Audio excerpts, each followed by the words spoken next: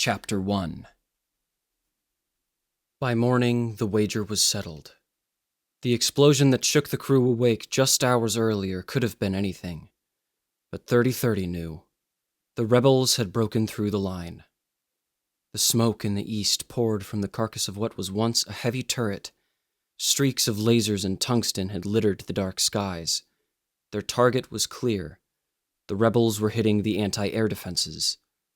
This wasn't the first time he had heard the silent sound of his comrades' failure. Silence was only temporary, a lesson learned from months in the trenches. "Asset 2739, call in a bombing run on that smoke," Platavius, their lieutenant, commanded. "Sir, our troops could have held out. We'd be bombing our own." 2739's voice cracked at the words that spilled from his mouth. Most called him Sponge. His Alloynium armor never dirtied. Word had it that Sponge was assigned to Platavius to improve his resilience for future combat effectiveness. The lieutenant looked at 3030.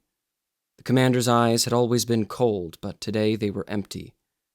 The trenches killed the commander long before 3030 arrived on planet, and there was little use in arguing with a dead man.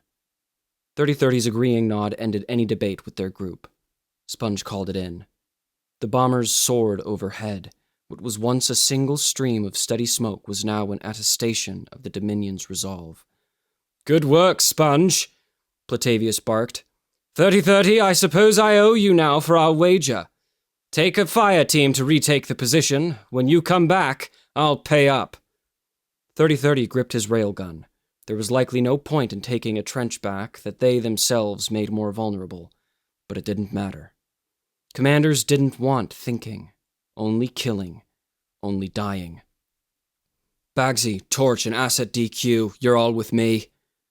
3030 didn't look at the mushroom cloud he was leading his men towards. He had served with Bagsy and Torch for several months. DQ was new. The kind of new that's useful for bait and sacrificing. The maze of trenches was as long as it was cold. It was encouraging that the rebels hadn't pushed through when the eastern flank fell. A Pyrrhic victory for the rebels was a net win for the Dominion. This wasn't 3030's first planetary theater deployment, but 2 years had passed since his conscription ended, and his volunteer contract began. A promotion to sergeant and the right to a nameplate. That's what the Dominion Coalition offered him to sign. The truth was that he didn't care about the rank or his entitlement to a name, not after Suin Prime. The Dominion called it a success, but real success isn't built on bones. Any time the world got too quiet, he could hear them. Jami, Reed, Breck.